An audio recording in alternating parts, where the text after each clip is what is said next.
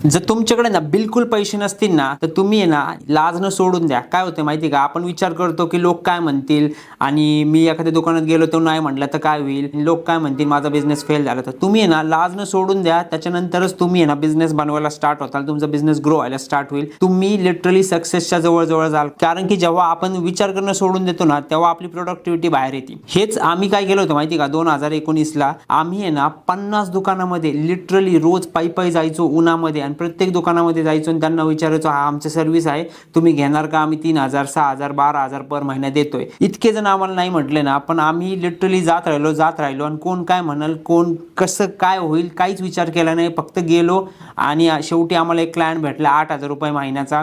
पण फायनली आम्हाला तो भेटला. नंतर कोरोना आलं ती गोष्ट वेगळी, पण अशाच पद्धतीने आम्ही शिकलेलो आहे. तुम्ही जर विचार करत बसले ना, तुम्ही जास्तीत जास्त काय होईल, तुम्ही ज्या लेवलला आहात त्याच लेवलला राहताल. पण जर तुम्हाला सक्सेस भेटला तर तुम्ही इतक्या मोठ्या लेवलला जाल ना, तुम्ही विचार पण नाही करू शकत.